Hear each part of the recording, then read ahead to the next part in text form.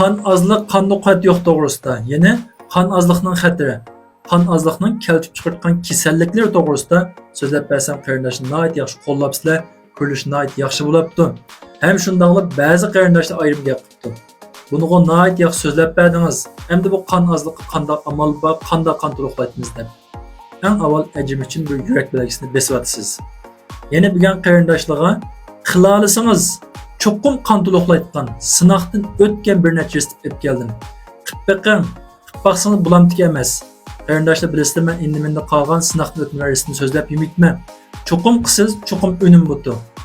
Shuning uchun eng avval ajim uchun inkaslarning gulini belgisini yo'llab o'tib, atrofingizda qan azliq ahvoli bor qarindoshlar filmni yo'llab o'tib, uningdan kun ko'ring.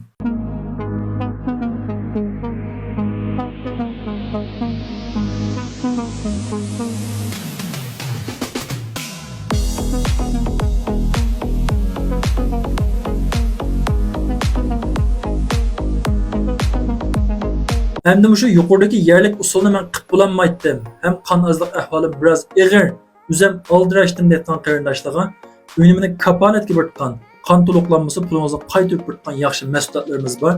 Undar 180 99 75 0094.